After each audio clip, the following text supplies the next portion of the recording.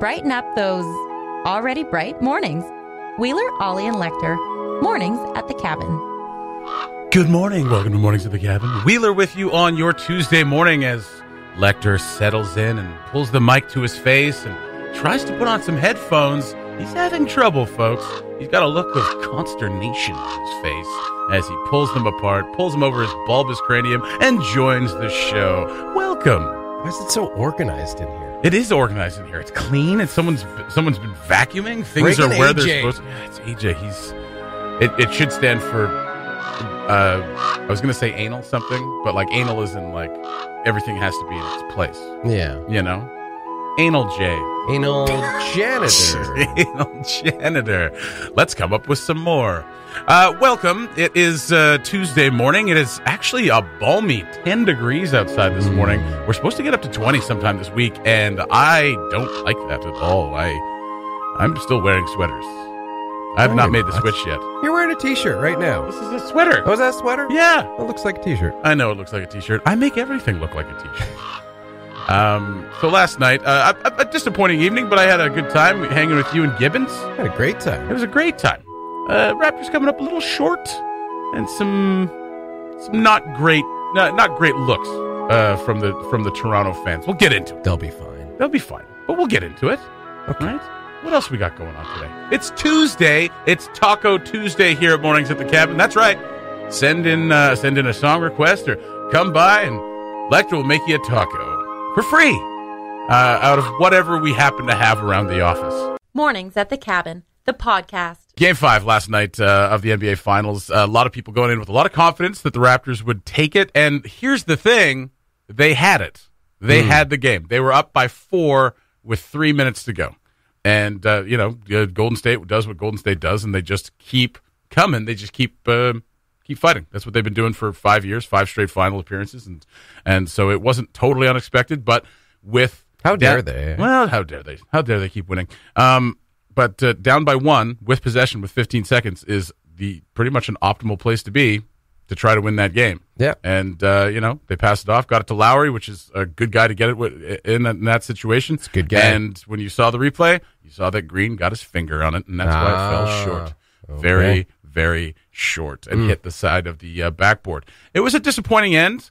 The bigger story out of that, other than the Golden State Warriors basically not forcing a game 6, surviving to now have a game 6. Right. Because like they were up for a lot of the game, but then Toronto just kind of took control. Kawhi Leonard and Toronto took control in the fourth quarter, and it was theirs to lose. In the second half, they went ice cold on shooting again, just like they did in game 2. It was very much like game 2, and Mike Gibbons sitting right next to me is like, "This is like game 2, buddy," and I was like, "Yeah, it was like game 2. Yeah, you're right, Mike. That's like game 2. Thank you, Mike." I can vouch for that. That's exactly how that conversation went. Pretty much. So it was obviously disappointing. Everyone was out that last night to kind of see it. I don't know. I wonder if there's going to be that many people out in Yellowknife for a game 6. Like top night was pretty packed up. So game 6 will be Thursday. Correct? Correct? And we're going to wait half a week for the next game. I mean, that is more of a normal bar night, so I don't see why people wouldn't. Yeah, but I mean, like everybody seemed to be pretty stoked up for game 5, thinking that the Raptors were going to take it. And again, they had it. Such is the nature of pro sports. Sometimes the other team wins. So the bigger story coming out of the game, other than the Warriors just kind of surviving and the Raptors kind of doing it to themselves again, was Kevin Durant. Yeah. Came back. He'd missed 9 games in a row with a calf injury, and by all accounts, was kind of, I mean, I don't think he was 100%. Obviously, he wasn't. No. But like the staff cleared him to play, right? They all came to a collaborative effort, and they all decided that like this is the game to play. And this is like when one of your best players, if they can, should try to come back and play. This is the biggest game of your year. I mean, it might have been a matter of he just said, "I'm playing." They were like, "Okay, yeah, that's right." In you go. Yeah, exactly right. I mean, he's the dude. Yeah. And halfway through the second quarter, I believe, about halfway through the second quarter, he was making a move, and he pulled up, and we got the point out of it, but he pulled up and he fell over, and he just kind of, he wasn't screaming or anything. He just sat there kind of stone-faced and grabbing at his calf and his lower calf there, and you knew it was bad. Yeah, everyone knew what was going on. Yeah. And you saw later in a replay, someone isolated the replay and like focused in on his leg. You can actually see his Achilles tendon pop. Oh. Yeah, so that what they're thinking is that it's a torn Achilles tendon. Yeah. MRI will confirm later today. The big story, other than that, is this is the third big story. I know the third. Well, sorry, this is part of the big story. Gotcha, but okay. like the big story, like other than him this story being just injured, keeps escalating. It just keeps getting bigger. Was the reaction of some of the fans of Toronto? Yeah. And like Kyle Lowry and a bunch of the Raptors kind of going like calm down. You don't cheer for this. Like, come on, guys, you don't cheer for this because this is like one of the best players in the league, and you never want to see anyone get injured like that, especially that badly. Yeah, I mean, I imagine if you were standing right next to him, you might have heard it pop. Right.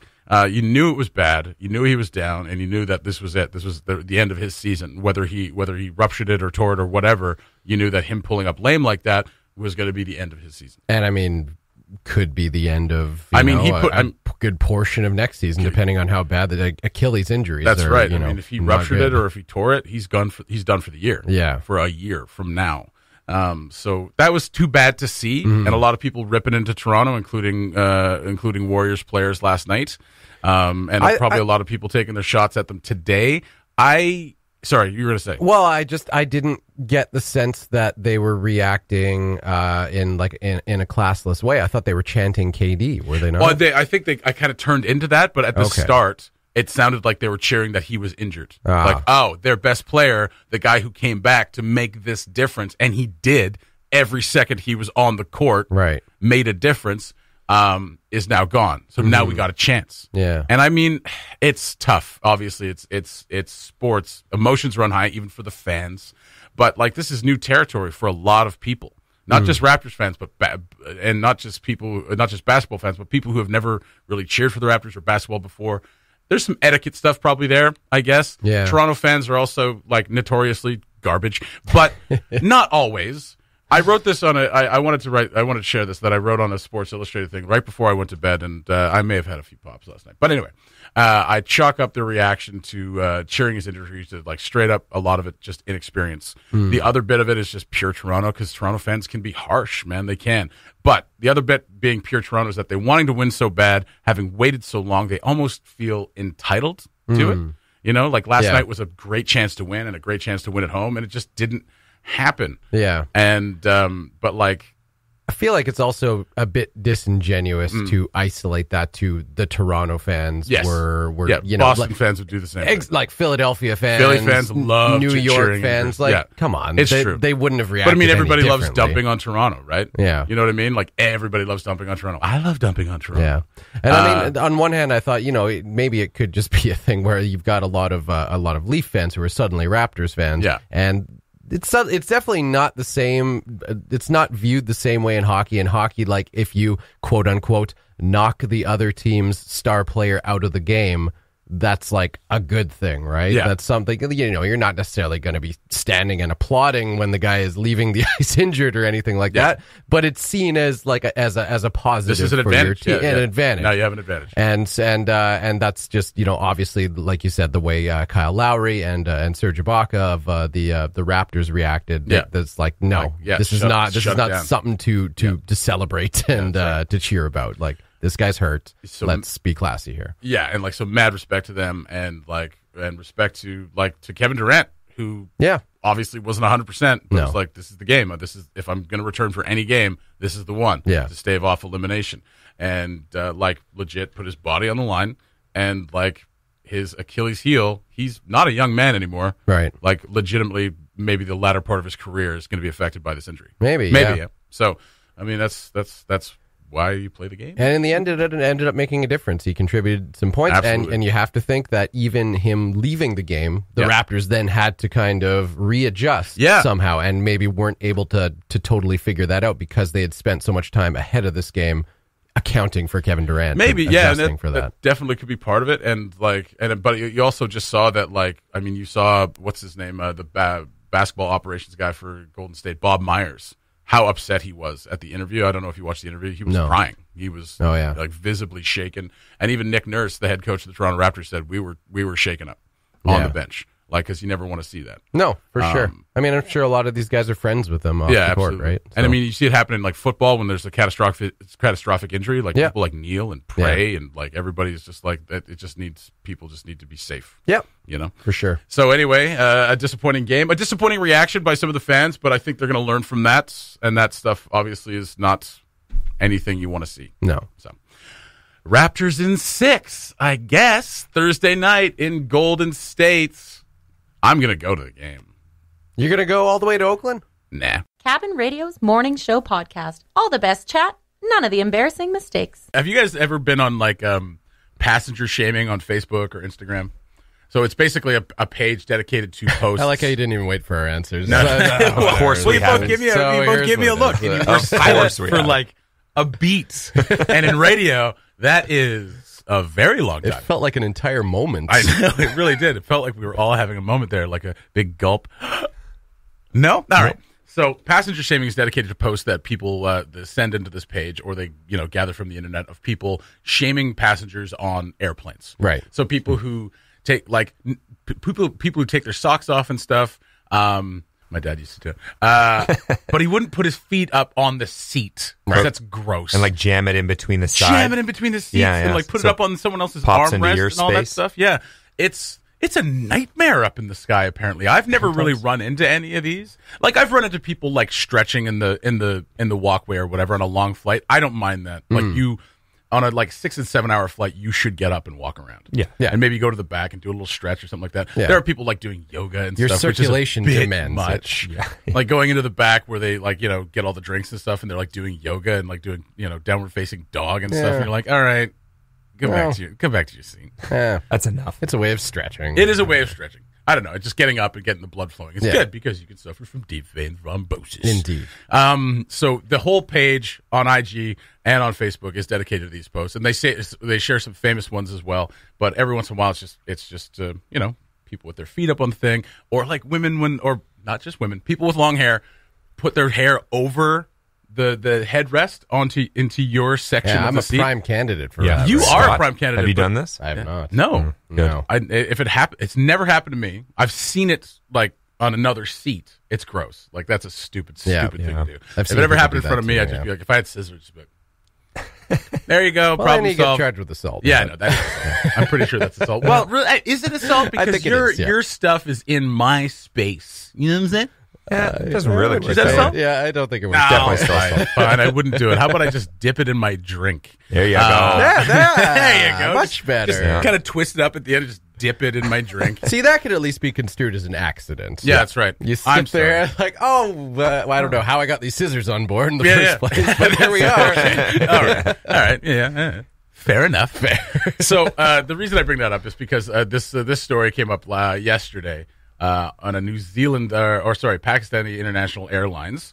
A passenger aboard this plane accidentally opened the emergency exit door last Friday while hunting for the bathroom, causing a 7-hour delay.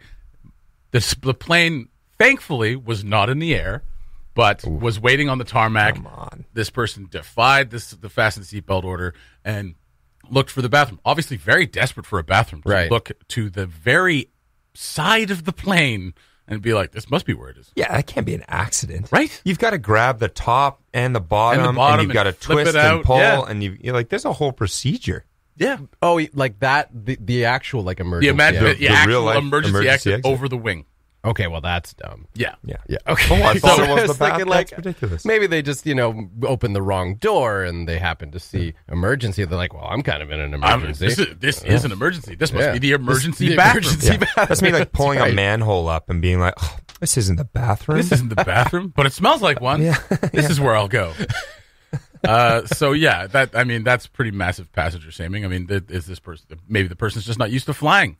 Had never been in a plane before. Had some claustrophobia, maybe had some anxiety, and just needed to get out. That's right. Pulled a Marge Simpson and just like ran up and down the aisles. Let me off. I wonder what happens if that happens in the air, though. What happens? Like she gets depressurized and absolutely. Yeah. If you did that above 13,000 feet, the cabin would depressurize, all the mass would fall from the roof, and she'd probably get sucked out to her death. She would, but they'd still be able to land the plane. Oh, yeah. Yeah. Well, as long as she checked below, to make sure there was no flames or debris. That's right. You're safe to open that thing. That is my right. understanding. And then the slide pops out, and everybody has a great time. That's right. She's just holding on to the slide the whole time. Yeah, no, if you depressurize it at, say 37,000 feet or something like that, basically they just nosedive down below 12,000 feet and everything's fine. So here she was just innocently trying to inject a little joy into everyone's flights. Yeah. And she gets shamed for it on the internet. Trying to inject joy. It's like, everybody watch me go to the bathroom. I'm going to go through this door. Oh, yeah, right. I forgot she was looking for that. She was looking for the bathroom. She was looking for the bathroom. She wasn't just looking for a slide. So here's, if it wasn't if she was like just really had to go, and then she does that, and then everything goes chaotic. It's like, and she's just standing like, oh my God, I don't know what I did. And everybody's like detaining her. What'd you do? And she's like, I just tried to go to the bathroom. Stay right there. You have to sit down for like the next 2 hours. And she's just holding it. That would be, it's a rough time. How long did you say the delay was? 7 hours. Why? Well, because they have to read, because I think there is something with the emergency exit, because like you basically break something off or something like that. Yeah, there needs to be like a repair. Yeah, it needs to be, if you eject the emergency exit, it has to be repaired. And just throw that plane in the garbage and grab a new one. Plus, how easy is it to have a 7-hour delay on a plane? Like, honestly, like if you had to go back on the tarmac and then go back to the gate and kick somebody off, there's like a couple hours right there. Make sure everything's... And she could go to the bathroom, finally. Yeah, then she could finally go to the bathroom. And then she went through an emergency exit that was off the tarmac. 7-hour bathroom break. Yeah. My God. Yeah, that's right. And then as she was coming off, emergency. She's coming off on the tarmac or in the tunnel there. She ran down the tunnel trying to find a bathroom, and she went through the emergency exit there and went right off the end. Fell on the tarmac. Yeah. Where is this darn bathroom? But once she landed on the tarmac, she finally got some relief. So there you go. Yeah, good for her. On the tarmac. That's right. Oh, okay. She peed on the tarmac. Oh, okay. Scenes from the cabin.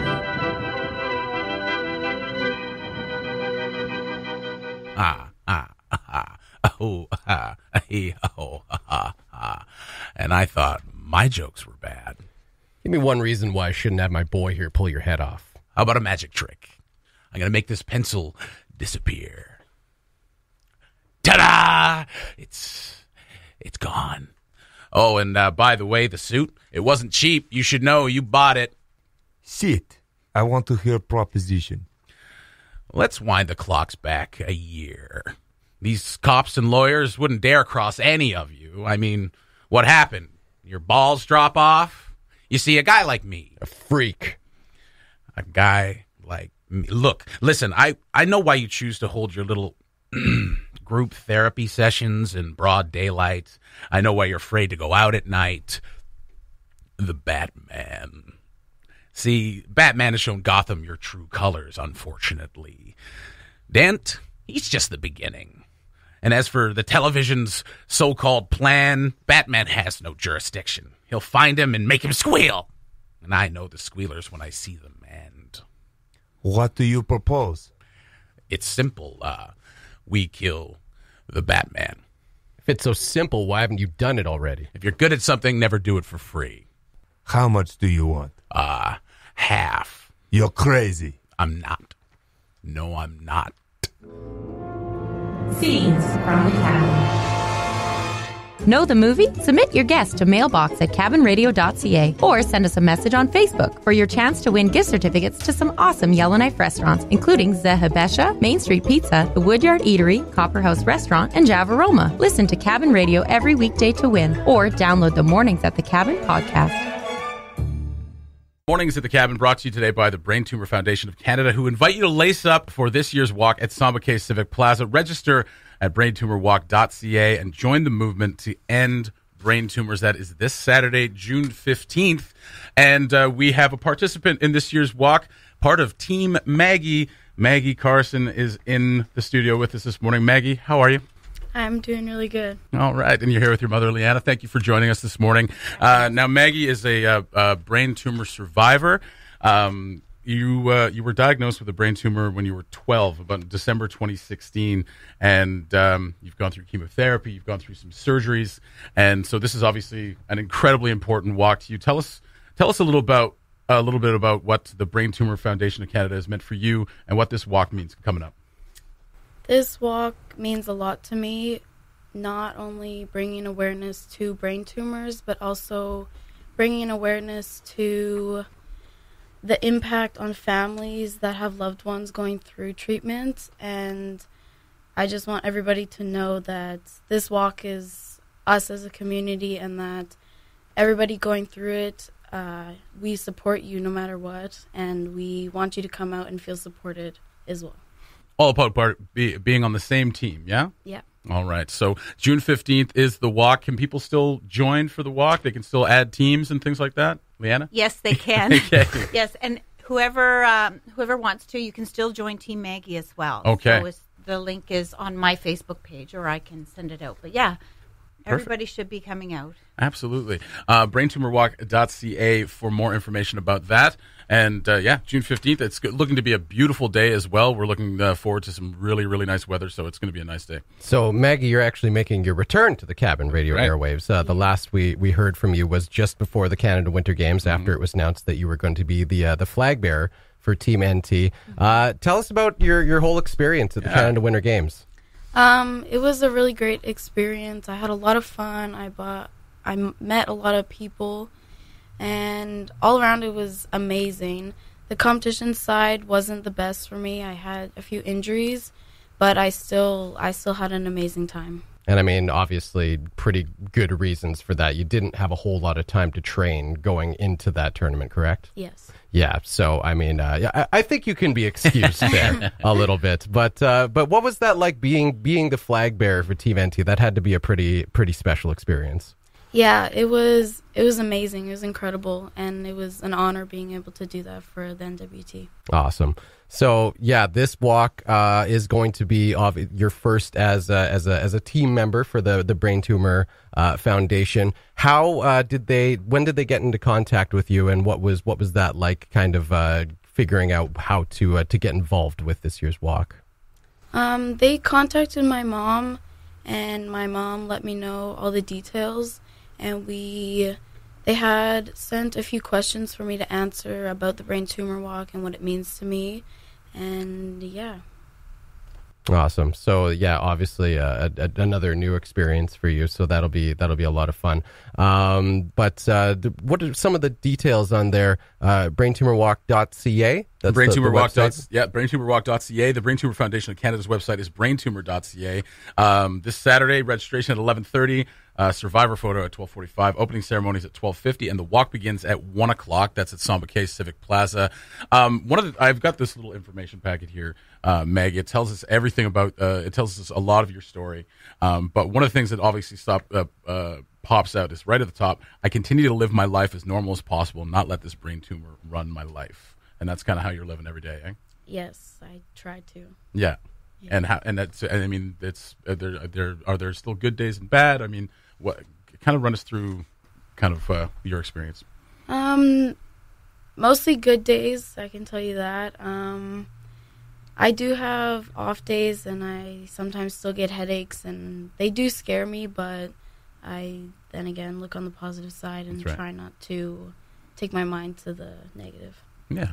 Staying positive is the right thing to do in situations like this. Absolutely. Yeah.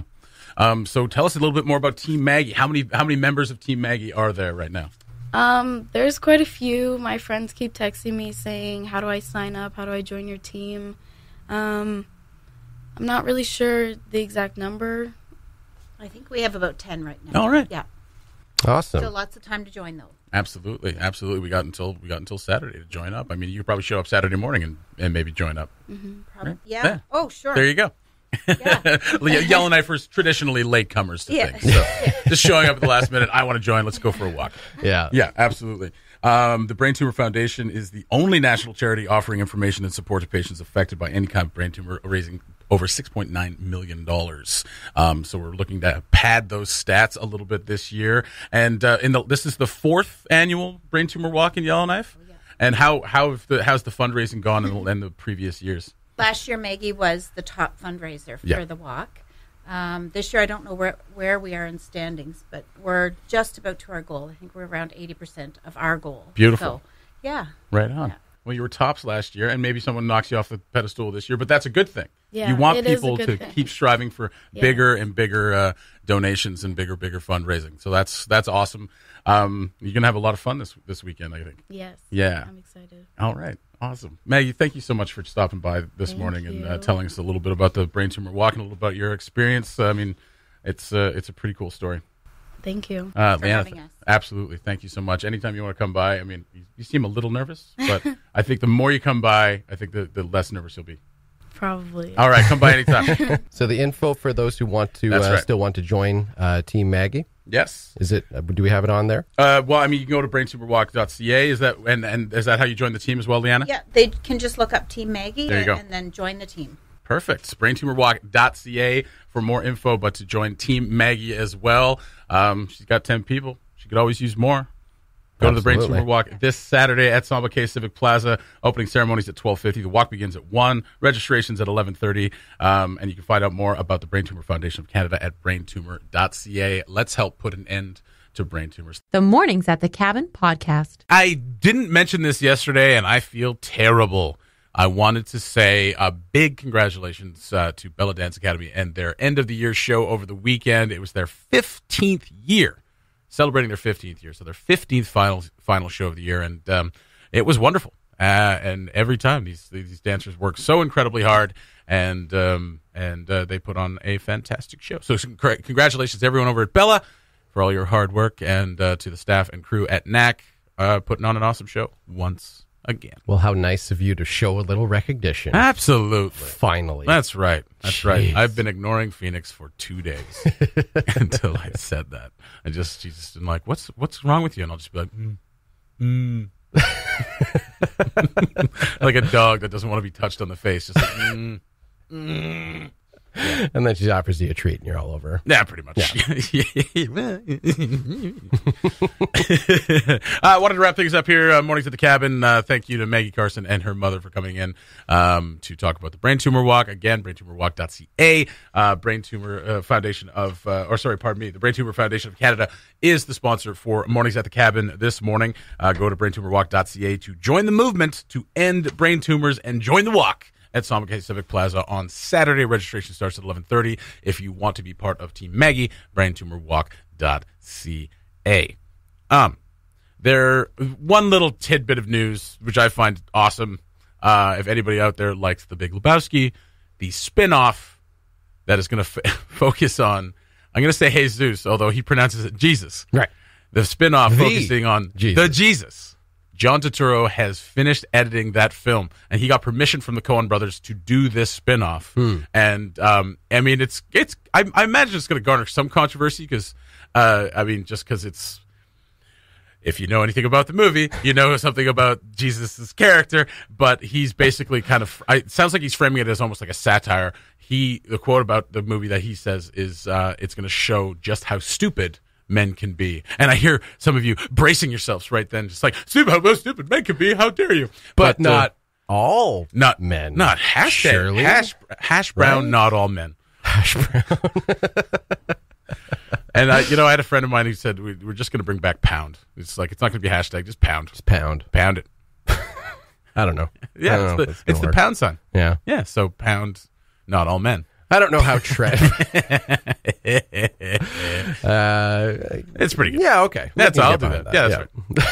That's right. So anyway, I'm very much looking forward to that. The Big Lebowski, obviously one of the biggest cult movies of all time. It is celebrating its 21st year in existence this year, so it's about time for a spinoff, I guess. I would hope Jeff Bridges is going to have appearance. Yeah, absolutely. Yeah. Maybe some John. Well, I mean, I wonder if they'll have the scene that he encounters them in the bowling alley from the movie, but from the other side. Yeah. From the other perspective. That would be cool. Amazing. That would be great.